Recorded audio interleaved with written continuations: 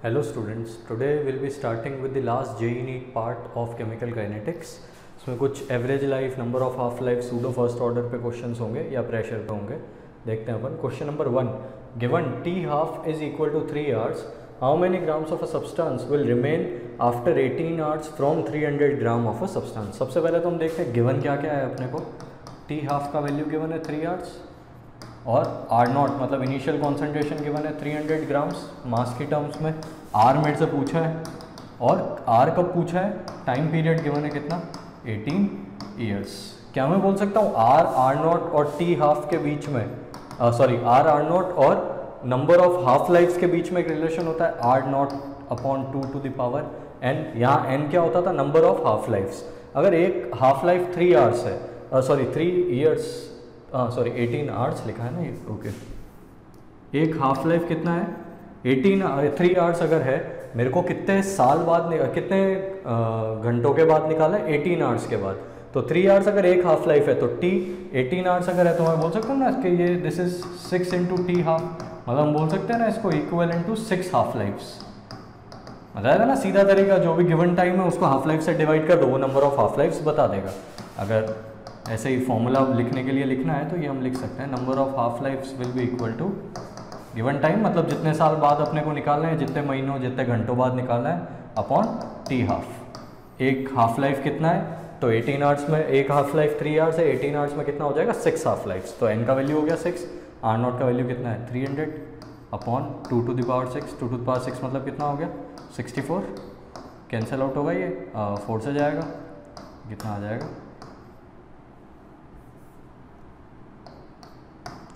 75. कितना आ गया ये 75/16, मतलब मैं बोल सकता हूँ 4 और 5 के बीच में होगा आंसर. आंसर क्या आ जाएगा 4.6 ग्राम्स. इजी क्वेश्चन है, जेई नीट में भी इस टॉपिक पे एकदम इजी क्वेश्चन ही आते हैं, स्ट्रेट फॉरवर्ड. आगे बढ़ते हैं. Half life of a reaction is found to be inversely proportional to the cube of initial concentration. The order of reaction is, again a very simple question. T half is proportional to 1/R0 की power n-1 होता है. दोनों तरीके हैं याद रखने के, या तो आप ये फॉर्मूला याद रखो या फिर आप ये फॉर्मूला याद रखो. कंफ्यूज मत होना, कोई भी एक फॉर्मूला याद करना दोनों में से. मैं प्रेफर करता हूँ ये वाला, क्योंकि इसमें पावर में n-1 आता है. 1 माइनस याद करना थोड़ा डिफिकल्ट है.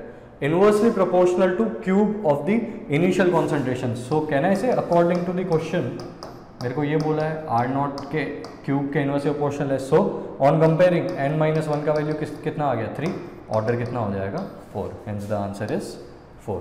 Again a very simple question. आगे बढ़ते हैं.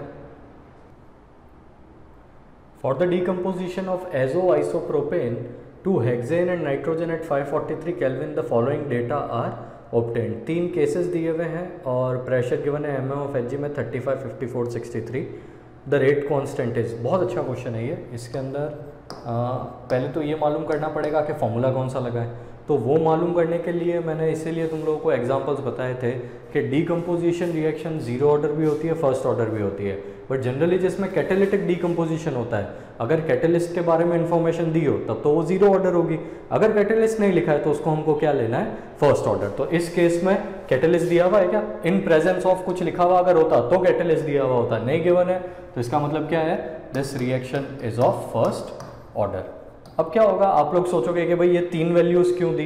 पहले तो एक अपन रिएक्शन बना देते हैं. एजो आइसोप्रोपेन क्या होता है, एजो ग्रुप याद है ना, ये होता था N+N और इसके दोनों साइड कौन जुड़ा हुआ है, आइसोप्रोपेन. आइसोप्रोपेन क्या होता है CH, CH3. यहाँ पे भी क्या आ जाएगा CH3. अब रिएक्शन कैसे हो रहा है, हीट किया, इसको डिकम्पोज करना है. क्या दिया है इसने, नाइट्रोजन मतलब N2 मिल गया और हेक्सेन चेक करो 6 कार्बन तो मिल ही गए. हाइड्रोजन कितने हैं 3, 3, 6, 7, इधर भी 7, मतलब हो गया ना हेक्सेन. मतलब रिएक्शन तो बैलेंस्ड है.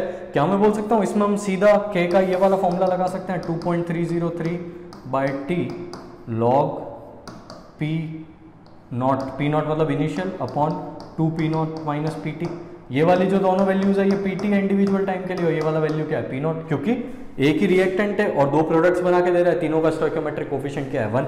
सीधा यहाँ पे वैल्यू डाल दो 2.303 अपॉन टाइम पीरियड चेंज कितना है 360 लॉग P0 का वैल्यू कितना है 35 अपॉन नीचे क्या आ जाएगा 2 × 35 माइनस PT का वैल्यू कितना है 54. मतलब कितना आ गया ये 2.303/360 लॉग 35 बाय नीचे क्या आ जाएगा 16।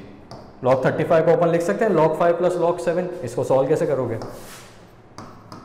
0.303 बाय 360 log, इसको हम लिख सकते हैं ना, डायरेक्ट लिख रहा हूँ मैं, ध्यान देना।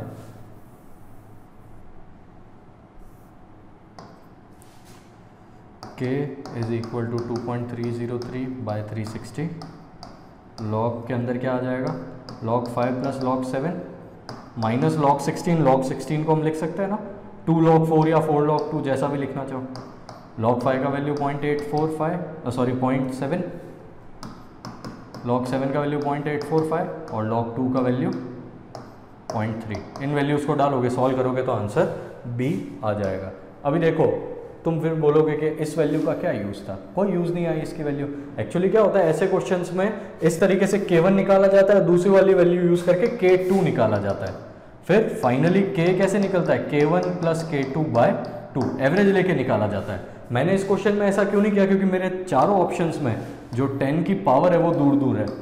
10 की पावर -2 इन दोनों में तो है। बाई चांस अगर ए या सी में से आंसर होता तो शायद मेरे को एवरेज निकालना पड़ता।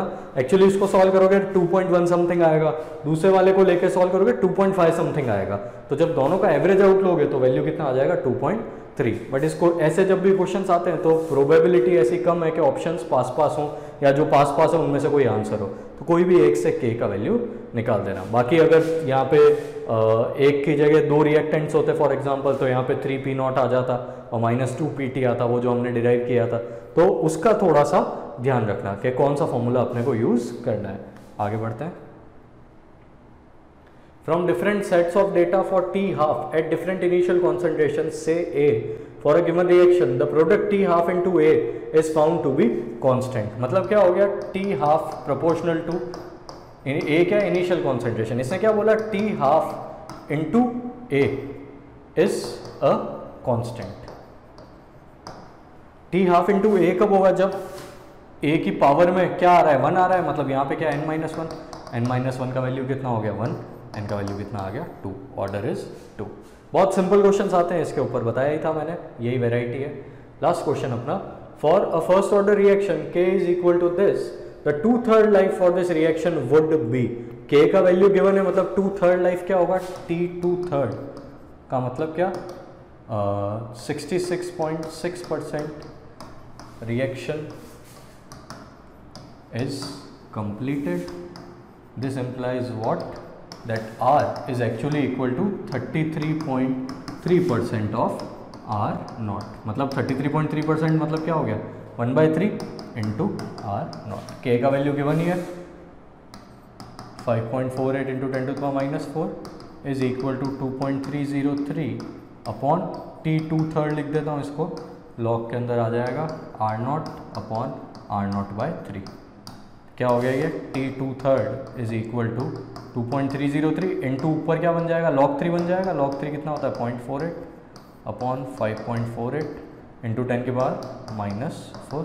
10⁻4 को ऊपर ले जाओ, एक काम करो ना, इसको 0.5 ले लो और इसको 5.5 ले लो, फिर सॉल्व कर लो, क्योंकि ऑप्शंस आई थिंक दूर ही हैं, इतना कोई पास नहीं है। ये दोनों ज़रूर पास हैं, बट ऐसे में कैलकुलेशंस कभी भी जेई नीट इतना नहीं मांगता है। तो ये हो गया तुम्हारा 0.5 और ये हो गया तुम्हारा 5.5 इंटू 10⁻⁻4। देखो ये कितने से गया? 11 से गया। तो अभी 23 कर दो इसको, एक 10 ऊपर ले जाओ, मतलब 23 इंटू 10⁻³ बाय 11 कितना आ जाएगा? ये 2 पॉइंट समथिंग आएगा, 2.001 या मतलब 0 जो भी आ रहा है इंटू 10⁻³ मतलब अप्रॉक्सीमेटली कितना आ रहा है? ये 2000 सेकेंड्स। ऑप्शन है मेरा ये 2005 सेकेंड्स। तो इसीलिए ऑप्शंस भी भले अगर क्लोज है तब भी देखो वो आंसर नहीं है, तो इतना अपन आराम से अप्रॉक्सीमेशन कर सकते हैं। तो फाइनली यहाँ पे जाके ये जो चैप्टर है अपना ये ख़त्म होता है। देखो आप कितना स्पीडीली ये चैप्टर ख़त्म हुआ है। अब जैसे ही ये एंड होता है, ये लेक्चर आपको मिलता है, इसके साथ आपको DPP3 मिलेगा।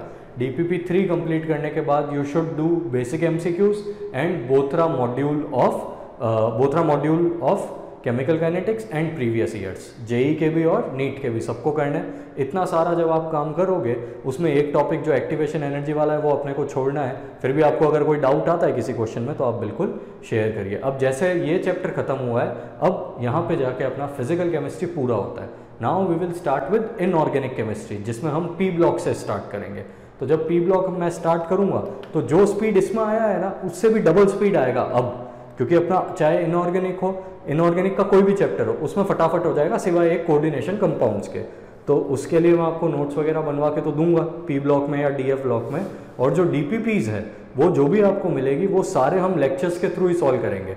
तो जब भी आप मेरा डीपीपी सॉल्विंग का लेक्चर देखते हो तो वो आपको डीपीपी हाथ में रखना है, डीपीपी आपको पहले मिल जाएगा, ठीक है। खैर वो बाद में देखते हैं, फिलहाल अभी हम ये लेक्चर यहाँ पे ख़त्म करते हैं, ठीक है।